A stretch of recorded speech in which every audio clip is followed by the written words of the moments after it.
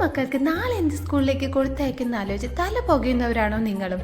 എന്നാൽ എളുപ്പത്തിൽ നമുക്കൊരു ടൊമാറ്റോ റൈസ് ഉണ്ടാക്കാം. കുഞ്ഞു കുട്ടികളായതുകൊണ്ട് തന്നെ അവർക്ക് ഒരുപാട് സ്പൈസസിൻ്റെ ഒന്നും ആവശ്യമില്ല.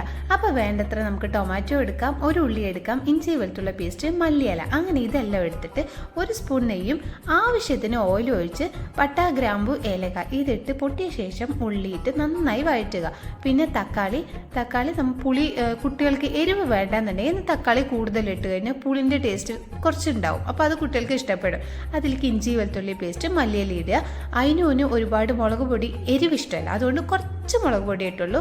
പിന്നെ മല്ലിപ്പൊടി ഇട്ടു, ഗരം മസാല ഇട്ടു. വേണമെന്നുണ്ടെങ്കിൽ ചിക്കൻ മസാല ഇടാം. അതില്ലാത്തത് കൊണ്ട് ഞാനത് ഇട്ടിട്ടുണ്ടായിരുന്നില്ല.